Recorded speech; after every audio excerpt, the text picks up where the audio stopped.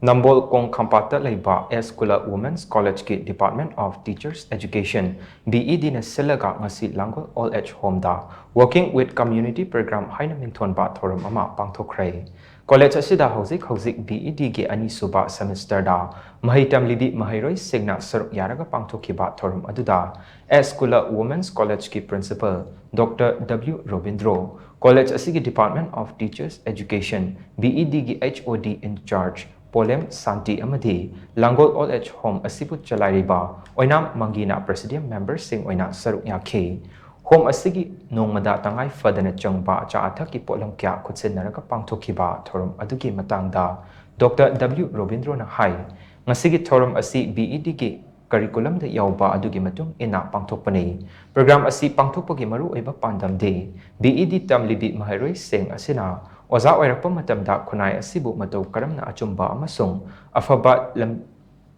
lamjing kadagi haibadu practical oina khanghanbani program asi oza ama oibada mathau taba characters sing adu khanghanbani oza ama oibada khwaidagi maru oiba character ama hairagade khunai asida kari tauri madugi matung ina khunai asigidamak oja ama oina kari thogdang logdagi haibadu pangthokliba Thouram asina khanghanaba hotnabani Thouram asi pangthokpada mahai yangadaba mafam ama yenglakpada Old Age Home asi khanbani Haina Robindro na makhatana phongtokhe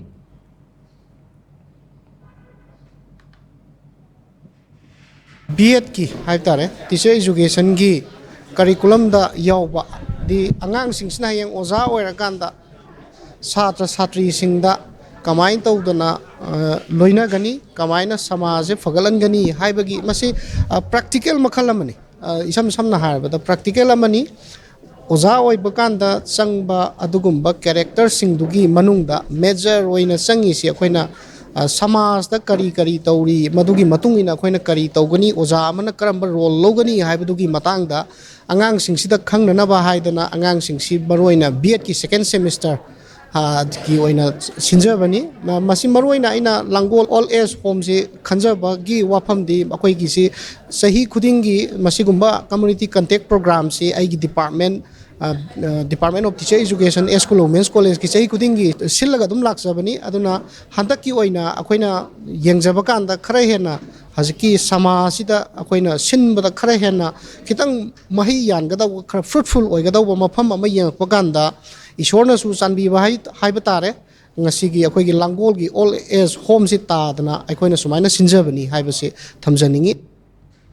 Old Age Home asida changjafam loriba ahal singda khudol pot piduna pangthokhiba Thouram adugi matangda BED second semester tamlibi resmi haikam kobi mahairoi amana phongdorakpada ngasigi program asi BED ki syllabus ta yaubagi matung inna oja segna SHILLAGA pangthokpani mafam asida lakpagi khongchat asi awat nungai yanamba punsigi anongba experience makal amani mafam asida changjafam loram liba ahal seng asi urubada aduki matik pukning nungsiba phawkhi loinana loksing kya amasu tansetba ngamlei hogalakliba naha sengna ahal sengbu ngamliba makhai makoigi penaba tawbiba amadi nungai ba wari watai sabiduna matam lenminaba asi tangai fadabra haina khali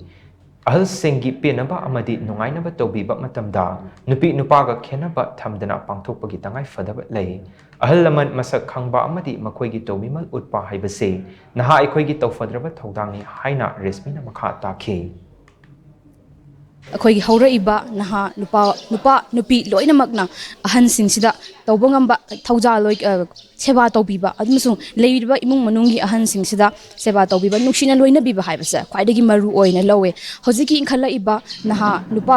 nupi loinamak yauna nupi da khata inthokosu yade sigi matang sida pa nupi thaudang jambanana unity oina amut amata punjanare haira kanda ahan singsidi moidi kaishu leite hojik mi wari chabiba nuksina loina biba haibase khatane moigidi aduna nuksina loina biba amasung wari sabiraga matam loina ba haibasina khwaidagi bhai